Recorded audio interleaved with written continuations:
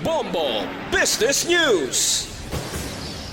Ginpirmahan ni President Ferdinand Marcos Jr. ang duha ka proklamasyon nga nagatukod sang bag-o nga economic zone sa Tanawan City, Batangas kag diri sa Iloilo City. Iniagod nga makaganyad sang investors kag makabulig pauswag sang ekonomiya sa rehiyon.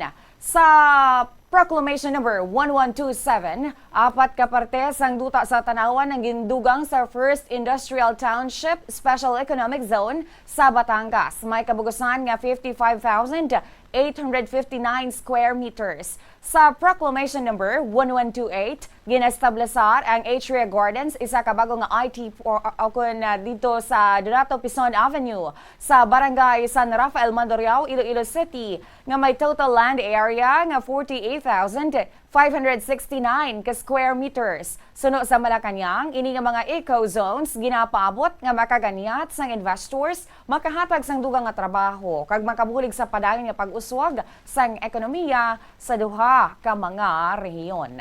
Sa iban pang balita sa negosyo, atensyon sa aton nga mga motorista, yari ang posible nga adjustment sa produktong petrolyo sa ilang nga presyo subong nga semana. Sandig ini sa Industry Estimates Trading sa nagligad nga apat ka adlaw suno sa Department of Energy. Sa gasolina, posible magsaka sang 60 sentimos sa kada litro. Sa diesel, posible magsaka sang 1 peso and 35 centavos sa kada litro. Sa kerosene, posible magsaka sang 1 peso sa kada litro. Ginaanunsyo sang fuel companies ang price adjustment sa kada Lunes nga adlaw kag dungan ina nga ipatuman sa kada Martes ang aga. Bombo Foreign Exchange Update is brought to you by Queen Bank Business Banking.